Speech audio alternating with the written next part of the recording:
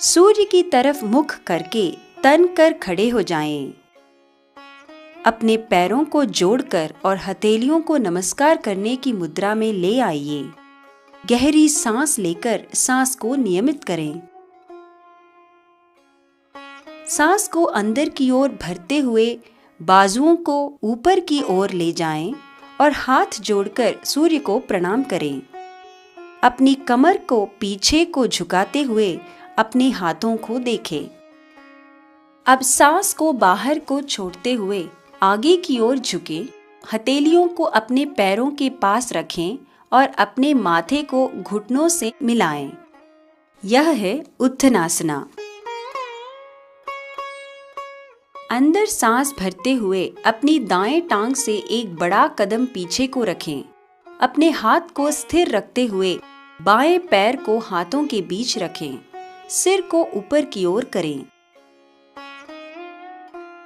धीरे से सांस छोड़ते हुए बाएं टांग को अपने पांव के पास ले जाएं। अपनी बाजुओं को सीधे रखें। शरीर के पिछले हिस्से को ऊपर की ओर करते हुए अपने सिर को जमीन के करीब लाएं। अंदर सांस भरें। इस समय आपका शरीर उल्टा वी की आकृति में आ जाना चाहिए। अपने घुटनों को न झुकाएं। यह है अधमुख शवनासन।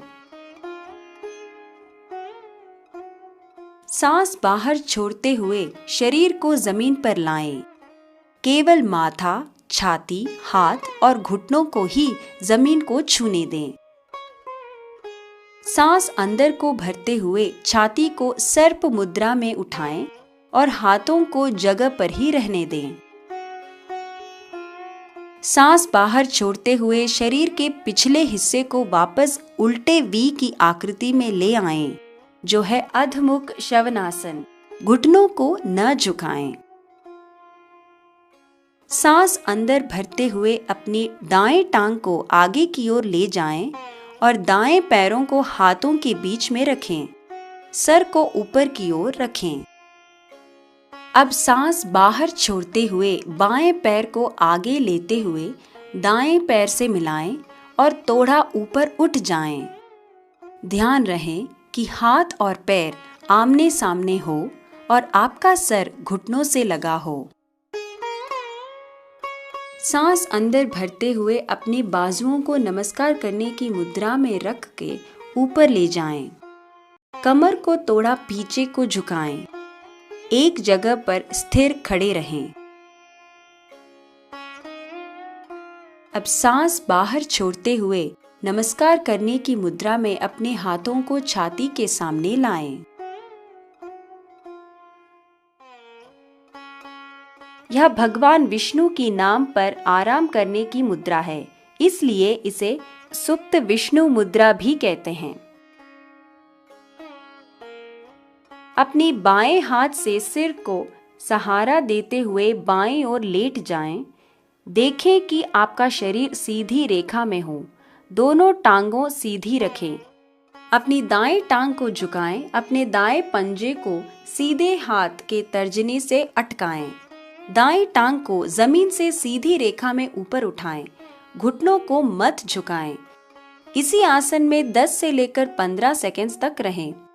इस आसन से पीठ की मांसपेशियां मजबूत होती हैं और घुटनों के पीछे वाली मांसपेशियों में लचीलापन आता है। अब धीरे से टांग को छोड़ें और नीचे की ओर लाएं। अपने दाएं तरफ पलटाएं और मुद्रा दोहराएं। 10 से लेकर 15 सेकंड तक इसी मुद्रा में रहे। धीरे से टांग को थोड़े और नीचे लाएं। शरीर को आराम दें।